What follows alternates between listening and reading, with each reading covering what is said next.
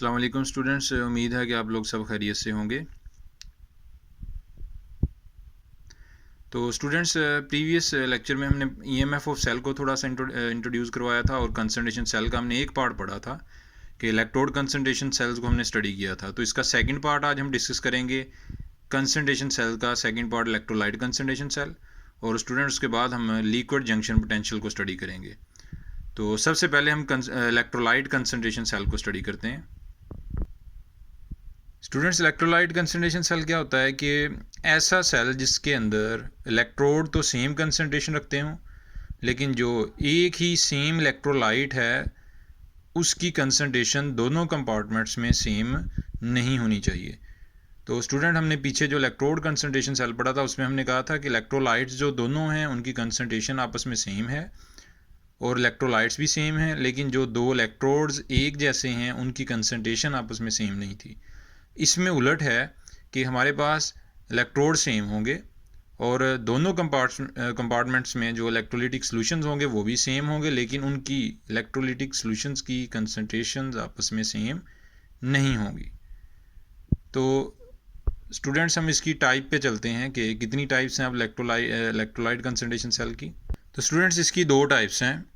तो electrolyte concentration cell with transference और electrolyte concentration cell without transference. तो student, हम सबसे पहले स्टडी करेंगे कि electrolyte concentration cell with transference ये क्या होता है, कैसे वर्किंग करता है, किस तरह के रिएक्शंस होते हैं। तो इसको हम सबसे पहले स्टडी करते हैं। तो ये हमारे पास है electrolyte concentration cell with transference.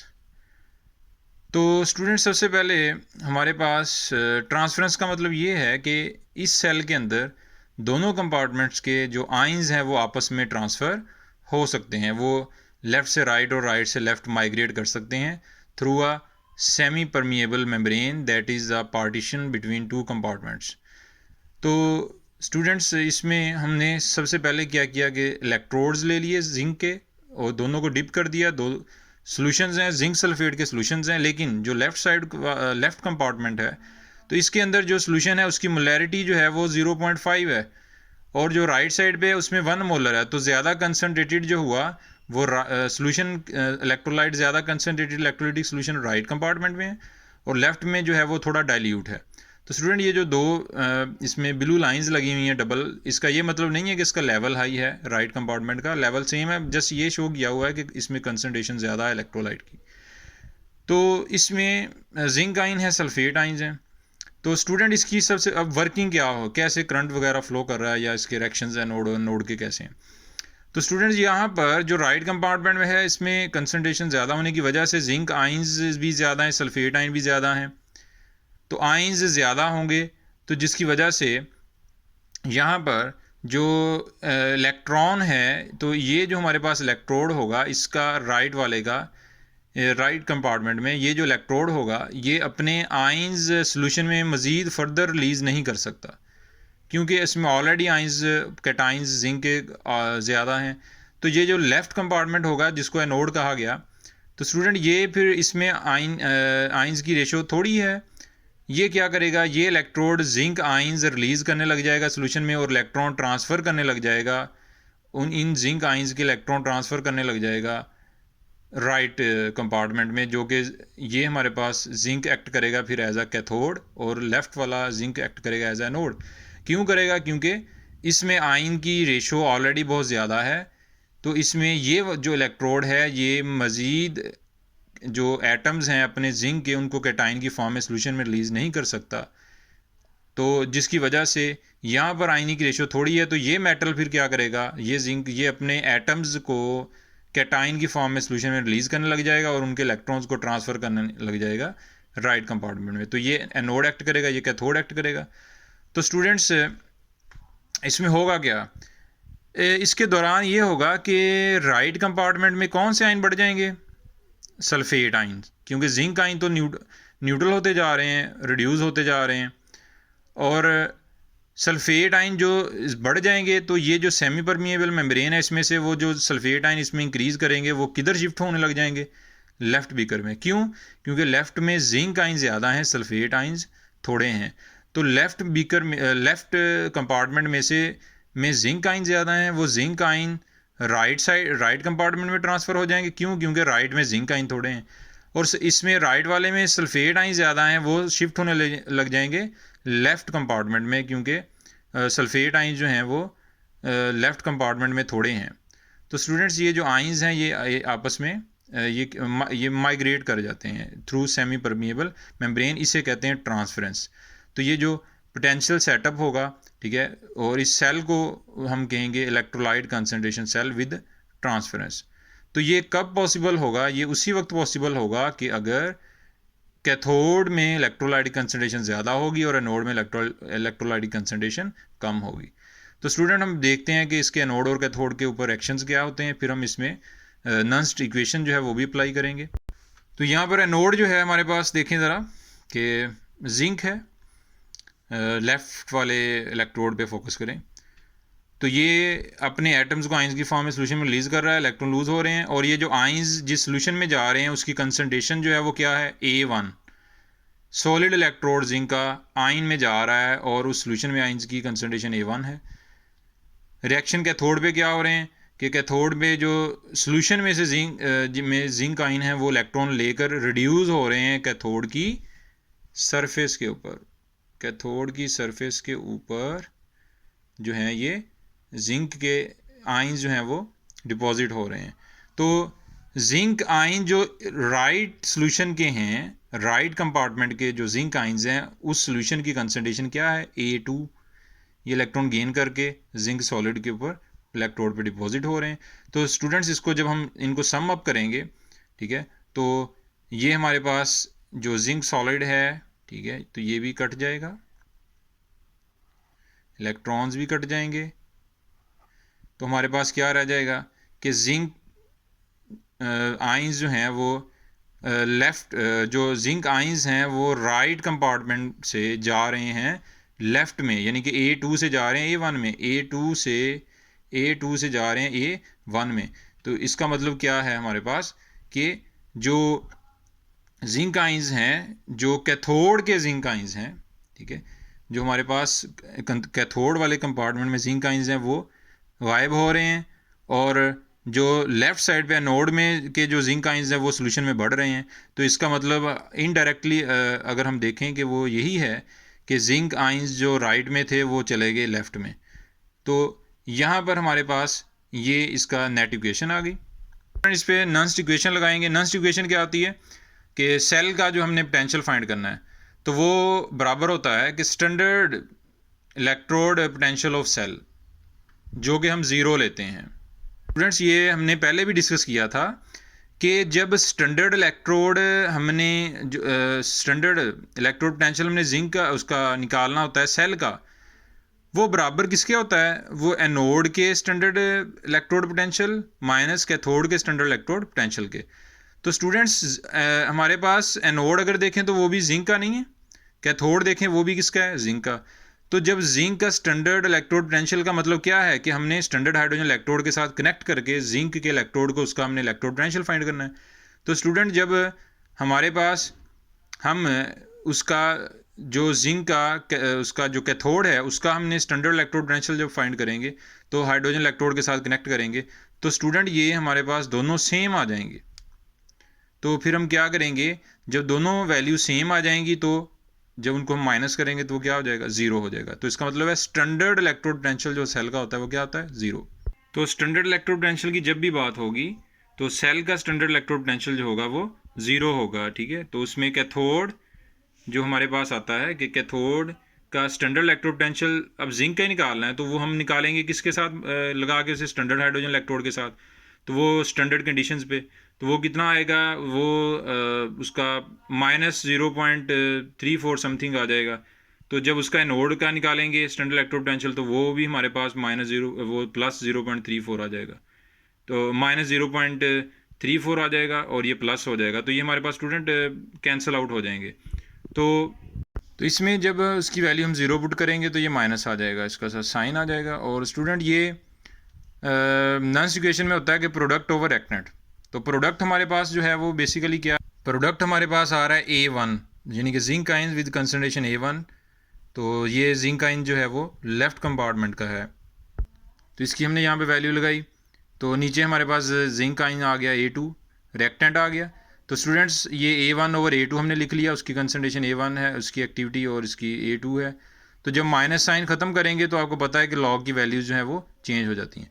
तो स्टूडेंट जो सेल की EMF या जो पोटेंशियल सेल का है, अब ये हमारे पास स्टैंडर्ड पोटेंशियल नहीं है, स्टैंडर्ड तो ज़ीरो होगा, ठीक है। तो ये जो पोटेंशियल सेल का है जिसमें हमारे पास कंडीशन चेंज है, यानी कि एक की कंसनट्रेशन ज़्यादा एक की कम है, तो A2 की कंसनट्रेशन ज़्यादा होगी तो लॉग की वैल्यू 1 से बड़ी आएगी। जब लॉग की वैल्यू 1 से बड़ी आएगी तो आंसर ओवरऑल पॉजिटिव आएगा।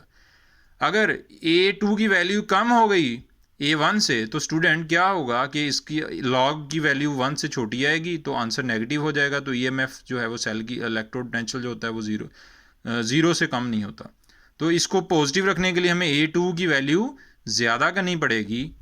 तो स्टूडेंट A2 जो है उसकी कंसनट्रेशन हमने ऑलरेडी राइट कंपार्टमेंट में इलेक्ट्रोलाइट की कंसनट्रेशन हमने ज़्यादा रखी हुई थी, ठीक है, 1 मोलर थी और लेफ्ट साइड पे 0.5 मोलर। तो A2 की कंसनट्रेशन ज़्यादा होगी, लॉग की वैल्यू 1 या 1 से ज़्यादा आएगी, तो जिसकी वजह से ओवरऑल हमारे पास इलेक्ट्रोड पोटेंशियल जो होगा उसकी कोई वैल्यू हमारे पास पॉजिटिव में आ जाएगी। स्टूडेंट्स इसमें एक और बात कि जब तक ये सल्फेट आइंस अब लेफ़्ट में जा रहे हैं और जिंक आइन राइट में जा रहे हैं, नोड से इलेक्ट्रॉन कैथोड की तरफ आ रहे हैं, ये इलेक्ट्रॉन्स जो हैं ये तब तक फ़्लो करते रहेंगे जब तक इन दोनों कंपार्टमेंट्स में आइंस की कंसनट्रेशन बराबर नहीं हो जाती। स्टूडेंट जब इनमें आइन की कंसनट्रेशन बराबर हो जाएगी तो फिर ये इलेक्ट्रॉन लेगा नहीं और ये इलेक्ट्रॉन लूज़ नहीं करेगा, ठीक है। तो एक जो ओवरऑल जो है वो सेल का जो EMF होगा वो ज़ीरो हो जाएगा। तो स्टूडेंट इसके बाद हम स्टडी करते हैं electrolyte concentration cell without transference. तो इसमें क्या होगा कि स्टूडेंट हमारे पास दो सेल हैं, लेफ़्ट पे हमारे पास है सिल्वर का हमने ले लिया इलेक्ट्रोड और सिल्वर नाइट्रेट के सोल्यूशन में डिप है, और राइट पे हमारे पास सिल्वर का इलेक्ट्रोड है और सिल्वर नाइट्रेट के सोल्यूशन में ही डिप है। लेकिन स्टूडेंट फ़र्क क्या होना है कि इलेक्ट्रोलाइट्स की कंसनट्रेशन दोनों कंपार्टमेंट्स में सेम नहीं होगी। राइट में कंसनट्रेशन जो है वो ज़्यादा है, 1 मोलर है, और लेफ़्ट साइड पे जो है वो इलेक्ट्रोलाइट कंसनट्रेशन थोड़ी है। ये लेफ़्ट साइड वाला जो सोल्यूशन होगा इलेक्ट्रोलाइटिक वो डाइल्यूट होगा और राइट वाला थोड़ा कंसनट्रेटेड होगा। इसमें हमने साल्ट ब्रिज लगा दिया। तो स्टूडेंट इसमें सेमी परमिएबल मेम्ब्रेन नहीं है, तो आइंस दोनों सॉल्यूशंस के माइग्रेट लेफ़्ट राइट अब नहीं कर सकते, तो यहाँ पर ट्रांसफरेंस पॉसिबल नहीं होगी। क्यों? क्योंकि हमने सेमी परमिएबल मेम्ब्रेन में इनकी यहाँ पे यूज़ नहीं की और इनको हमने एक ही कंपार्टमेंट के अंदर इन दोनों सॉल्यूशंस को नहीं लिया, इसलिए अब आइंस जो हैं वो माइग्रेट लेफ़्ट राइट से नहीं कर सकते।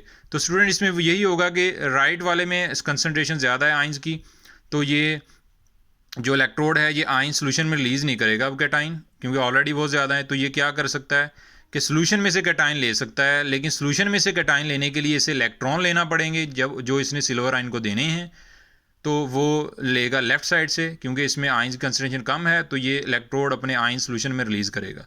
तो इलेक्ट्रॉन किसको दे रहा है अब? कैथोड को। तो ये लेफ़्ट साइड एनोड है और राइट वाला इलेक्ट्रोड क्या होगा? कैथोड होगा। तो स्टूडेंट इसमें सिल्वर आइंस बढ़ रहे हैं सोल्यूशन में और राइट साइड पे जो है वो नाइट्रेट आइन जो है वो इंक्रीज़ हो रहे हैं। तो नाइट्रेट आइन इंक्रीज़ हो रहे हैं तो स्टूडेंट्स साल्ट ब्रिज का फंक्शन आपने पीछे पढ़ा था। तो साल्ट ब्रिज क्या करता है कि नेट चार्ज को एक्यूमुलेट होने नहीं देता। अगर इसमें सिल्वर आइन बढ़ते जाएंगे तो ओवरऑल कौन सा चार्ज डोमिनेट कर जाएगा लेफ़्ट कंपार्टमेंट में? पॉजिटिव।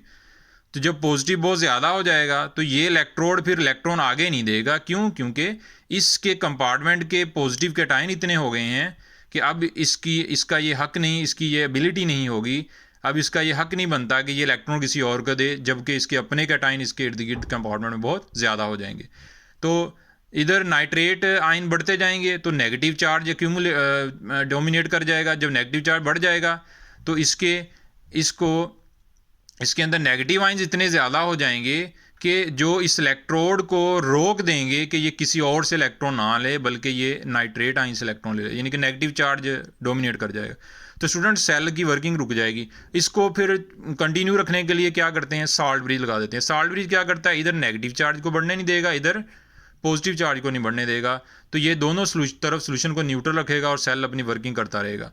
तो स्टूडेंट्स यहाँ पर हमारे पास बेसिकली ये साल्ट ब्रिज का फंक्शन हमने पीछे एक लेक्चर में जो है वो अपलोड किया हुआ है, उसको आप देख सकते हैं। तो अब इसके रिएक्शंस होंगे एनोड और कैथोड पे। तो स्टूडेंट बिल्कुल उसी तरह के सिल्वर जो है वो हमारे पास जा रहा है कैटाइन में, सिल्वर एनोड जो है वो सोल्यूशन में जा रहा है, सोल्यूशन की कंसंट्रेशन A1 है, और कैथोड पे सोल्यूशन के सिल्वर आयंस इलेक्ट्रॉन गेन कर रहे हैं, और उसकी एक्टिविटी जो उसकी जो सोल्यूशन जो राइट साइड के पे जो बीकर है, राइट कंपार्टमेंट में जो सिल्वर आयंस हैं वो A2 कंसंट्रेशन रखते हैं, और ये किसकी तरफ जा रहे हैं, ये इलेक्ट्रोड की तरफ जा रहे हैं, उसकी सरफेस के ऊपर क्या हो रहे हैं, डिपॉजिट हो रहे हैं। तो इसका हम जो नेट इक्वेशन निकालेंगे वो क्या होगी कि इसको हम ऐड कर देंगे, तो ये भी हमारे पास कट जाएगा, इलेक्ट्रॉन कट जाएंगे, और पीछे बच जाएगा सिल्वर पॉजिटिव आइंस, यानी कि ये A2 से जा रहे हैं A1 में। तो यहाँ पर हमारे पास अब ये प्रोडक्ट में है, ये हमारे पास रिएक्टेंट है और ये हमारे पास प्रोडक्ट है, तो इसके ऊपर अब हम नन्स इक्वेशन अप्लाई करेंगे। तो नन्स इक्वेशन हमारे पास क्या है, स्टैंडर्ड इलेक्ट्रोड पोटेंशियल सेल का है जो हम 0 लेते हैं, और यहाँ पर हमारे पास आ जाता है NF नंबर ऑफ इलेक्ट्रॉन जो ट्रांसफ़र हुए, F जो है ये हमारे पास जो फैराडे फैक्टर है, फैराडे कांस्टेंट है, और यहाँ पर हमारे पास स्टूडेंट हम लॉग में जो न्यूमरेटर में प्रोडक्ट लेते हैं और डिनोमिनेटर में रिएक्टेंट। प्रोडक्ट हमारे पास क्या है, सिल्वर A1 जो हमारे पास था लेफ़्ट कंपार्टमेंट का सिल्वर आइन, तो ये हमारे पास नीचे रिएक्टेंट में आ जाएगा राइट कंपार्टमेंट का सिल्वर आइन। तो A1 और A2 ये हमारे पास इनकी कंसंट्रेशन को शो करता है, और जब नेगेटिव साइन ख़त्म करेंगे तो ये पावर जो इनकी न्यूमरेटर है ये डिनोमिनेटर में चला जाएगा और ये आपस में इंटरचेंज हो जाएंगे। तो स्टूडेंट्स अगर हमने इसमें EMF को पॉजिटिव डिस्कस करना चाहते हैं तो हमारे पास यहाँ पर A2 की वैल्यू A1 से ज़्यादा होनी चाहिए। A2 क्या है, 2 हमारे पास जो कंसंट्रेशन है राइट कंपार्टमेंट की, तो स्टूडेंट वो हमने ज़्यादा ही ली थी, ठीक है, अदरवाइज़ हम EMF को स्टडी नहीं कर सकते। A2 की वैल्यू ज़्यादा होगी A1 से, तो लॉग की वैल्यू 1 से ज़्यादा आएगी, तो हमारे पास ओवरऑल आंसर जो है वो सेल की EMF या सेल के इलेक्ट्रोड पोटेंशियल का उसका आंसर पॉजिटिव में आ जाएगा। स्टूडेंट इसके बाद हमारा लास्ट कंटेंट है कि लिक्विड जंक्शन पोटेंशियल। तो लिक्विड जंक्शन पोटेंशियल क्या होता है कि जब हमारे पास दो इलेक्ट्रोलाइट्स हैं, डिफरेंट कंसनट्रेशन के इलेक्ट्रोलाइटिक सॉल्यूशंस हैं, और हम दो सेम कंसनट्रेशन के इलेक्ट्रोड लेते हैं, उनको उनमें डिप करते हैं, तो स्टूडेंट्स होता क्या है कि दरमियान में एक जंक्शन आ जाता है दोनों लिक्विड इलेक्ट्रोलाइटिक सॉल्यूशन में के, जो सॉल्यूशंस को तो पास होने नहीं देता लेकिन वो आइंस को माइग्रेट होने दे देता है लेफ़्ट राइट। तो उस लिक्विड उससे कहते हैं उस पॉइंट को लिक्विड जंक्शन, और वो आइंस के लेफ़्ट राइट माइग्रेट होने पे जो पोटेंशियल डेवलप होता है उसे कहते हैं लिक्विड जंक्शन पोटेंशियल। तो स्टूडेंट इसको हम थोड़ा डिस्कस करते हैं। तो स्टूडेंट ये हमारे पास एक ट्यूब है जिसके अंदर हमने लेफ़्ट साइड पे लो कंसनट्रेशन का सोल्यूशन लिया है और राइट साइड पे हमने हाई कंसनट्रेशन का सोल्यूशन लिया है, इलेक्ट्रोलाइट की कंसनट्रेशन हाई है, और ये दो हमने सेम इलेक्ट्रोड जो है वो इसमें डिप किए हुए हैं। तो स्टूडेंट इसमें आपको पता है कि जिधर हाई कंसनट्रेशन होगी तो इलेक्ट्रोलाइटिक सोल्यूशन मूव करेगा from higher concentration toward lower concentration. तो स्टूडेंट इसमें जो आइंस ज़्यादा किस में होंगे, राइट साइड पे कंसनट्रेशन ज़्यादा है, तो ये कैथोड होगा, ये इलेक्ट्रॉन गेन करने लग जाएगा। लेकिन सोल्यूशन ये तो स्टूडेंट्स ये तो पोटेंशियल डेवलप होगा ही होगा, लेकिन यहाँ पर आइंस भी मूव करेंगे, ये जंक्शन है, तो यहाँ पर पॉजिटिव आइंस जो हैं इस राइट कंपार्टमेंट में कौन से आइंस ज़्यादा होंगे, यहाँ पर सल्फेट आइन ज़्यादा होंगे, सल्फेट आइन मूव करेंगे लेफ़्ट साइड पे, और लेफ़्ट कंपार्टमेंट में जिंक आइन ज़्यादा होंगे, तो वो जिंक आइंस मूव करेंगे, कैटाइंस मूव करेंगे राइट साइड पे।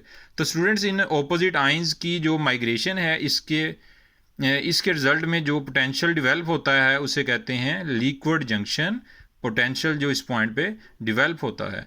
तो ये हमारे पास, लेकिन जब वो दोनों तरफ आइंस की कंसंट्रेशन जो इधर नेगेटिव आइंस ज़्यादा थे वो इधर चले गए, कुछ इधर पॉजिटिव आइंस ज़्यादा कुछ इधर आ गए, और जब दोनों तरफ कंसंट्रेशन बराबर हो गई इलेक्ट्रोलाइटिक सॉल्यूशंस की, तो स्टूडेंट्स जो नेट जो इसकी EMF होगी सेल की वो क्या हो जाएगी, ज़ीरो हो जाएगी। तो इसका मतलब ये हुआ लिक्विड जंक्शन पोटेंशियल जो होता है वो सेल की EMF को सीज करने का काम भी देता है। तो स्टूडेंट लिक्विड जंक्शन पोटेंशियल का एंटी क्या है, इसे लिक्विड जंक्शन पोटेंशियल के इफेक्ट को कैंसिल करना हो तो उसमें अगर हम साल्ट ब्रिज कनेक्ट कर दें तो वो लिक्विड जंक्शन पोटेंशियल जो है उसका इफेक्ट को क्या कर देता है, कैंसिल आउट कर देता है। क्यों, क्योंकि वो किसी भी तरफ आइंस को ज़्यादा होने देगा ही नहीं, अगर इधर आइंस ज़्यादा हैं तो उनको वो क्या कर देता है, ट्रांसफ़र कर देता है। तो स्टूडेंट रिएक्शन इसके भी सिंपल वही है नोड और कैथोड पर, और नन्स इक्वेशन इसकी भी सेम है जो हम पीछे डिस्कस कर चुके हैं। तो एनोड जो है वो हमारे पास जिंक है, उस पर ऑक्सीडेशन हो रही है, कैथोड पर रिडक्शन हो रही है, नेट हमारे पास जो है वो इक्वेशन ये आ जाती है, A2 से A1 में हाइयर कंसनट्रेशन है, A2 और A1 जो है वो लोअर कंसनट्रेशन है। जो नॉन्स्ट इक्वेशन है वो हमें बता रही है, उसको हम अप्लाई करते हैं तो वो हमारे पास आ रही है A2 ओवर A1 लॉग। तो A2 का मतलब क्या है कि हमारे पास इक्वेशन जो A2 जो है राइट कंपार्टमेंट है उसकी कंसनट्रेशन ज़्यादा है और A1 की कंसनट्रेशन कम है। तो स्टूडेंट ये हमारे पास था आज का लेक्चर। तो इसका जो है वो इसको हमने डिस्कस किया कि इसके हमने आज डिस्कस किया, ये इसका पार्ट ए हमने ऑलरेडी अपलोड कर दिया, ये पार्ट बी होगा। तो स्टूडेंट इस पूरे इन तीनों कंटेंट्स को अगर आपने समझना है तो आपको ये दोनों लेक्चर जो हैं वो देखना पड़ेंगे। तो इसमें हमारे पास नेक्स्ट हमारा जो है वो नॉन्स्ट इक्वेशन होगी, तो वो आपको ये टॉपिक मज़ीद क्लियर हो जाएंगे जब हम करेंगे। तो उसके बाद फिर हम ट्रांसपोर्ट नंबर को डिस्कस करेंगे। तो स्टूडेंट उम्मीद है कि आप लोगों को समझ आ गई होगी। तो इसको लाइक करें, सब्सक्राइब भी करें और शेयर भी करें। तो अपना ख्याल रखिएगा। अल्लाह हाफिज़।